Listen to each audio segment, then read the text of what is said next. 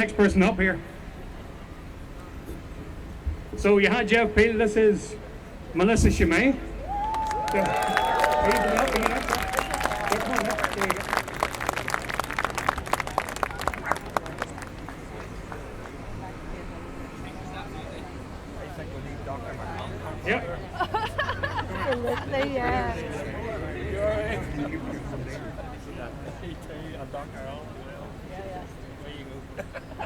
They're talking about European, it's European, it's different from the United Nations. Oh, 100%, yeah, that's right. What is it? What's wrong? Yeah. Yeah, oh, yeah, 100%. It's not fair because it's maternal. Yeah, I know that. And you wrote down the religion justice is going to rule out qualifiable. Right. If it's for the greater virtue. Can everybody hear me okay? Yeah. Great to see so many people here exercising their right to free speech and freedom of assembly.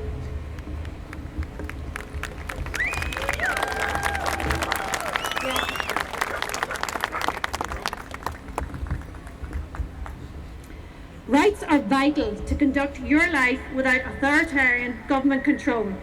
Yet your government, who you elected to protect your rights, are planning to legislate to remove them, suspending them in what they deem to be an emergency situation. Right to life, gone.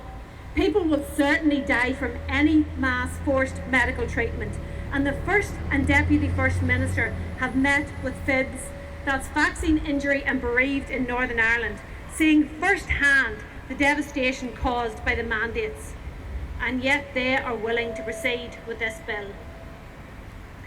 Right to dignity, free from inhumane or degrading procedures or tortures, gone, with the possibility of invasive examinations without consent.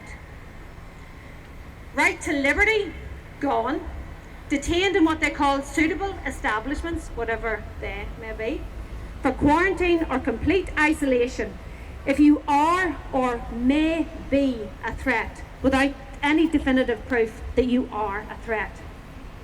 Right to fair trial, gone. You no longer have the right to be present to hear, see and test the evidence. This bill proposes changing the rules of the Magistrates' Court, where you can have a court order placed against you without having the right to be there and defend yourself, only appeal, shifting the burden of proof from them to prove that you are a threat, for you to prove that you are not a risk. Almost impossible. The crime is that not that you caused any provable harm, rather the crime is that you did not submit to orders. Fined for not following orders rather than causing any definitive harm.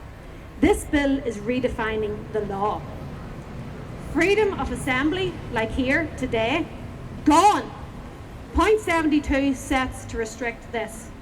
Right to work and right to education, gone. Kept from school or work for up to 28 days without pay. It doesn't say anything that you will be paid. Businesses closed without confirmed risk. And as we know, freedom of expression is also under threat through the vagueness of labelling it hate speech. Freedom is more than just a mere concept. Freedom is a lived experience, a right that belongs to every individual regardless of background or belief. This health bill is designed to give the government a blank check paragraph where they can fill in the blanks of whatever the threat is, be it cyber attack, banking crisis, climate emergency, and force their protectionism on the people under the guise of public health. It opens the door to surveillance, as is mentioned many times. To quote Mike Nesbitt, the all hazards approach will enable broader surveillance, loss of personal privacy, loss of security in your home, where authorised officers, what's that? Who are they? What level of training will they receive? Is there an oversight body on top of them? Essentially what they're doing is bringing in a second tier policing system where the authorised officers can enter your home without sufficient evidence or notice to ascertain if there is any contravention. Point 96 warns your premises could then be destroyed. The government destroying your asset. They can also remove whatever they see fit, including electronic devices. The government seizing your assets. If you object, or as they call it, willfully obstruct, that's a £5,000 fine. Forced compliance with health measures, point 144 and further point 70, the Public Health Authority can make applications to the Magistrates Court to order health measures. Court-ordered health measures in relation to persons, things and premises, and suspension of civil liberties in what they refer to as an all-hazards approach without definition. All hazards is an expansion of the harms they need to impose their protectionism. Any situation they deem to be a threat, whether you think it's a threat or not. Hazards is not contamination or infection. The three words are listed separately.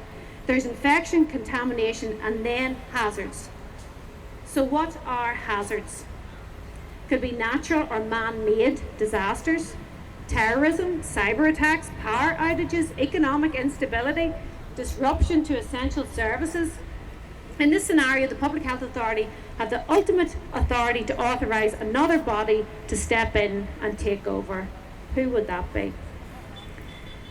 This is an attempt to get the concept of protectionism in through the back door of public health. So if you just give up your informed consent and bodily autonomy, the government can protect you. And then they extend that to surveillance. If you just give up your privacy and your biometric data, the government can protect you from harm. And ultimately, the economy. The government will protect you from banking crisis, hyperinflation, economic instability, etc., offering you central bank digital currency and stablecoins. All you have to do is give up your freedom to transact to get this protection. This bill has zero to do with health. How will these powers even protect us? There's nothing in this proposal about promotion of health. They're more interested in monitoring rather than promoting health. They are putting forward the sentiment that you are a risk to society that needs to be managed, monitored, and fined. If we allow them to create the idea among us that living itself is an illness, then they can make patients and profit out of every single one of us.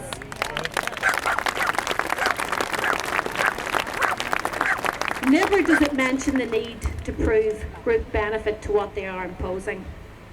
This bill is actually more in line with putting in place the surveillance and penalties required to create a functional smart city, and Belfast has been earmarked by the WEF as a smart city. The pandemic treaty failed on a macro level. They're now trying to bring it in on a micro level and then bleed it out. This bill has already been introduced in Scotland, the Coronavirus Recovery Reform Act on 2022. They have it in Scotland.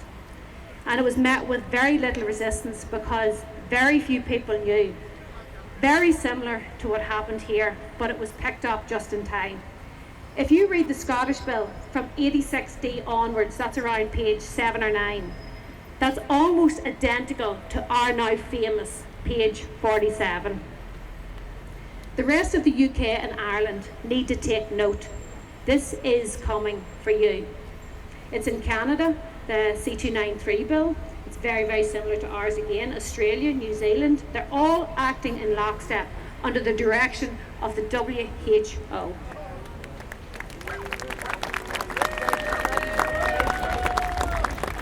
This started with Save the NHS. That resulted in months of people missing treatment and now years of undiagnosed illness such as cancer, heart issues, diabetes, which ultimately leads to premature death. From then until now, it's been all but impossible to get a face-to-face appointment with a GP. They are the gatekeepers of healthcare, and that gate has been all but closed. This is all by design. In 2020, at the height of the so-called pandemic, the then Health Minister, Robin Swan, he signed a 10-year deal with Epic Systems worth $275 million, which has now been rolled out via the Encompass programme, supposedly to be more efficient and keep all health records in one place. Your sensitive data at the mercy of hackers. Swan stated that virtual clinics will increasingly be embedded in the provision of care, moving us to a digital transformation of healthcare. a digital ID record. Epic software contains a billing system for insurers. The NHS is gone, moving us away from free healthcare. Well, we do pay for it. Moving us away from free healthcare to expensive and often bankrupting private healthcare. In due course, everyone in Northern Ireland will have the MyCare app on their phone to access healthcare. Epic was installed in the UK in October 2014 at a cost of 200 million, and it was heavily criticised. Ambulances were diverted. There was issues with blood transfusions, pathology. There was delays in emergency care. In Finland, Switzerland and Norway, doctors called for its removal, with 90% of doctors considering it a threat to health. With letters not sent, people were given the wrong chemotherapy drugs. Why would they want to bring that in here? Still think it's about health? Do you think virtual clinics are the way to go? This is not a health bill. It's a tyranny masquerading as protection bill.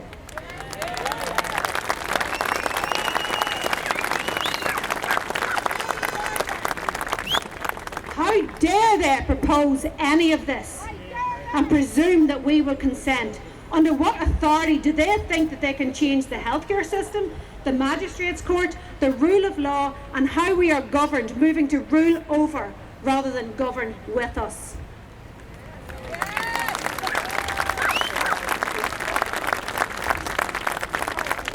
To the MLAs that are telling us that we can't be trusted to do the right thing should there be a genuine crisis, and therefore they need to legislate.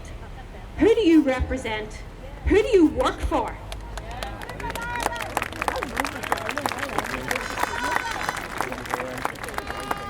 Every one of them was asked to attend here today to address the concerns of the people they claim to represent.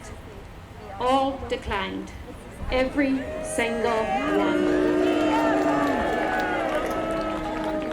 If any of them are here and they would like to get up and talk and address the people that they claim to represent, please feel free. They have had it since the start of July.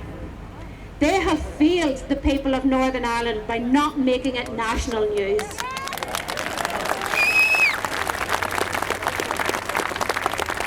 I could count my thumbs the few that have voiced concerns.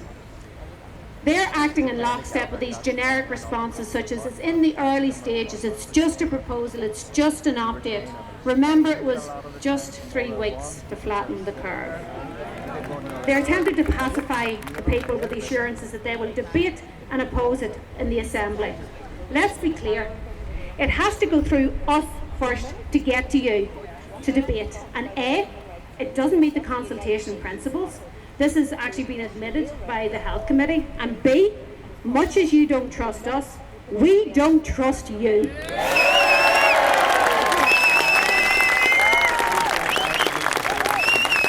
Not one single person I'm aware of has received a meaningful response to their concerns.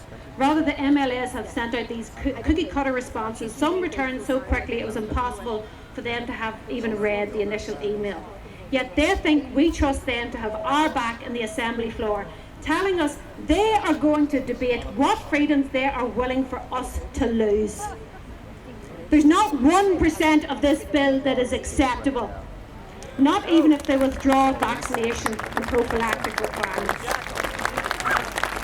The entire proposal is one of state overreach. The entire process is wrong. Where is it coming from? Who wrote it? Why does it even exist as a proposal? And what's the rush? The COVID inquiry hasn't even concluded yet. Mike Nesbitt said in an email, the consultation is to test public appetite. More likely it was to test public awareness. We are aware.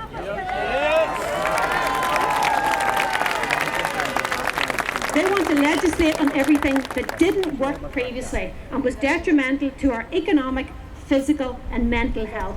Why? Well, because it was successful at controlling the population and their freedom of movement. Any politician who engages in any discussion or debate past the consultation the consultation deadline in relation to this bill is an enemy of the people. The only acceptable response is to call for it to be completely abolished.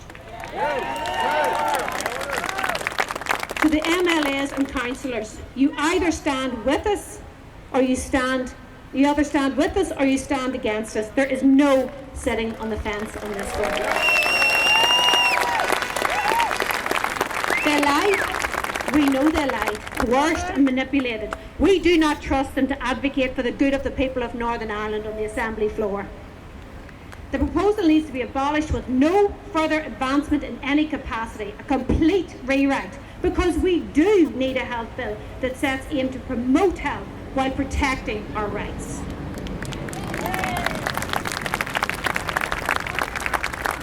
The MLAs don't seem to be clear on the parameters of their authority, so we need to take this as an opportunity to set out clear boundaries of their authority.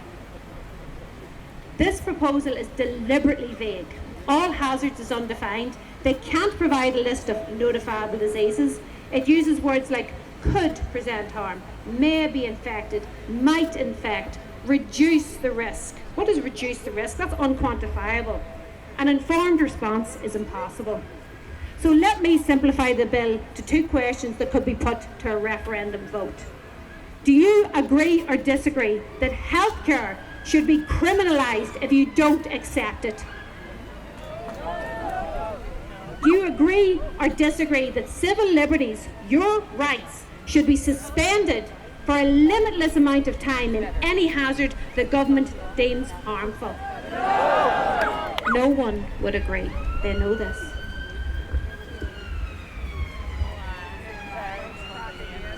If you could just make sure the road's clear there for an ambulance getting through. If anyone's in the road, just make space.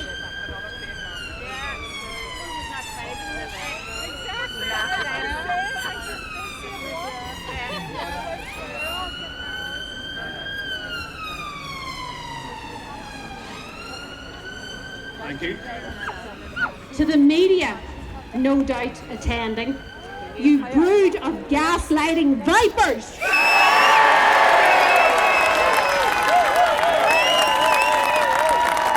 You have failed the people of Northern Ireland by not reporting on this until social media picked it up a mere few weeks before the deadline. So, rather than indulge yourself in your favourite sport, calling people far-right conspiracy theorists, I suggest you actually read the bill and the implications proposed that go way beyond the scope of health. So, allow me to take this opportunity to fact-check you and counter your misinformation, misunderstanding narrative. The Belfast Telegraph states, and it's not just the Belfast Telegraph, it's the BBC, it's all of them, they're all singing from the same hymn sheet. The Belfast Telegraph states, the bill does not explicitly mandate compulsory vaccination. What part of point 144 where it prohibits the imposition of a requirement that a person undergoes medical treatment except for vaccination and prophylactic, and point 70, the Public Health Authority can make applications to the Magistrates Court to order health measures in relation to persons, things and premises. Are you having trouble deciphering? What part are you finding so confusing? And then you write the bill states that regulations must allow exemptions in an attempt to dampen the concerns of the people. In case you haven't read it, you're referring to point 172. So let me read it to you. In regulations that include provisions imposing a requirement on persons to be vaccinated or to receive other prophylactic treatment. Let me read that again. Imposing a requirement on persons to be vaccinated. If that alone doesn't sound compulsory, I don't know what does. An exemption must be provided, including how a person who is entitled to an exemption is to evidence that entitlement. So how exemptions can be obtained is unclear. I would presume it would be on medical grounds if you have injury from a previous medical treatment. Anyhow, an exemption is a permit removing informed consent. Let me repeat that. Replacing informed consent with a permit, and you don't think people should be concerned and outraged?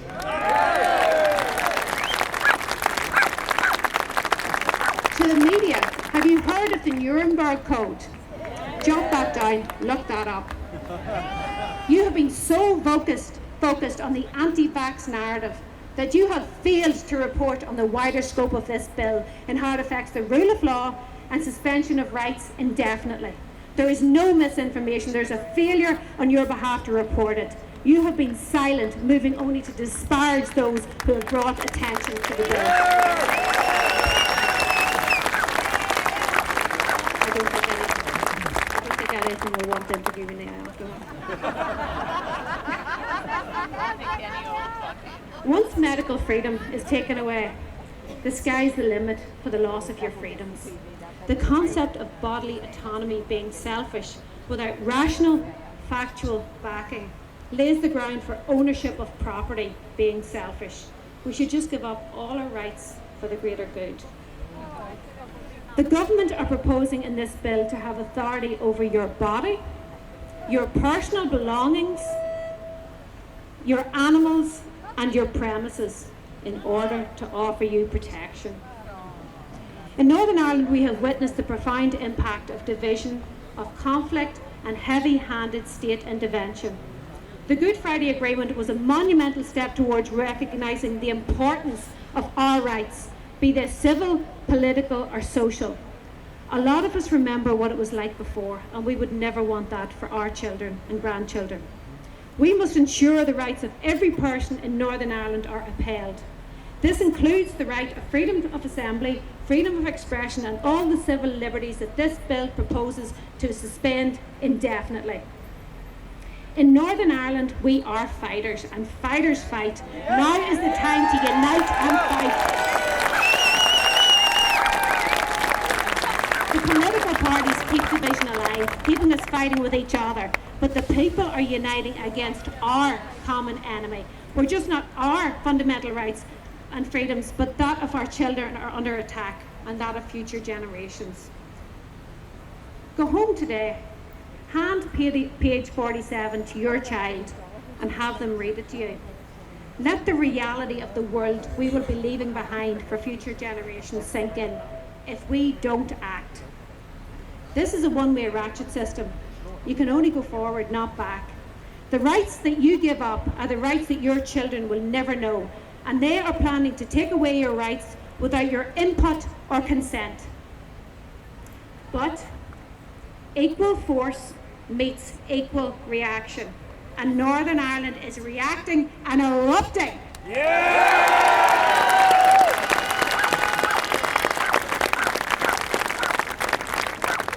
Changing the world starts with you.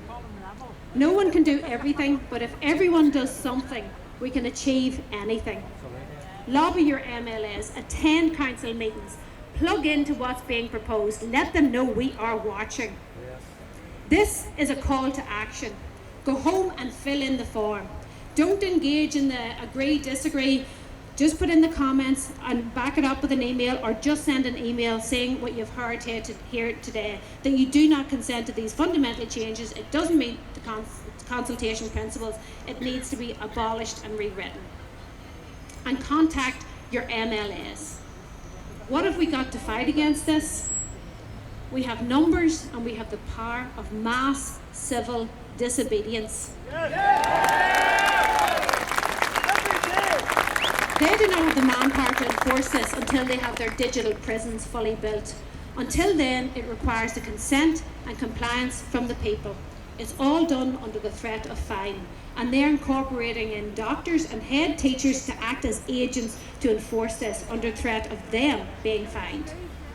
The biggest threat to this globalist agenda is non-compliance. And we are not alone. There's a growing awareness in the collective consciousness, and the silent majority are coming on board.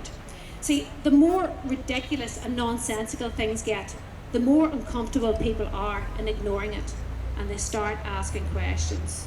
There is, how many people, Terence, would you say here today? Could be a couple of thousand. Jot that down. These are terrible at counting numbers. They're going to report it as 17 people. So, a couple of thousand people here today. If each went home and spoke to 10 people, and those people spoke to 10 people, imagine the impact. I prefer not to tell people. Nobody likes to be told they're doing this, they're doing that, and there's no certainties, there's only possibilities and probabilities.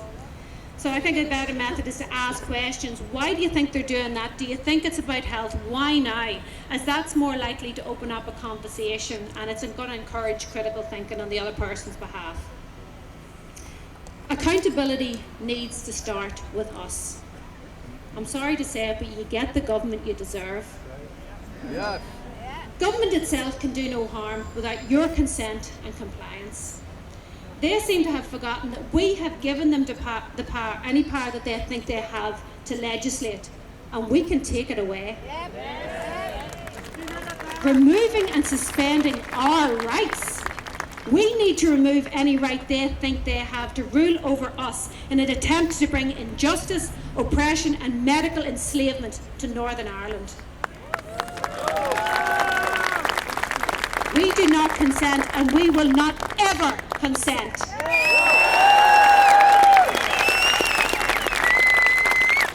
Too many people accepted lockdowns and their access to society, to work, to travel, to meet with their loved ones restricted, allowing for a party argument to question, is it even a human right anymore if we allowed for its removal? We can never let this happen again. Don't be fooled. This bill is not about health. It's about surveillance and digital ID. It's a Trojan horse to get digital ID and surveillance into Northern Ireland. The threat that you will lose all of your rights, or you can submit to monitoring and surveillance to prevent that from happening. Then they extend that surveillance to enact social control. Today we stand together to defend the rights of every man, woman and child in Northern Ireland to maintain justice and dignity. Fight like your life and liberty depends on it, because they do. Now is the time to fight. Don't let the loss of the rights of the people of Northern Ireland be on our watch. Don't let it happen. It depends on you. The world is watching.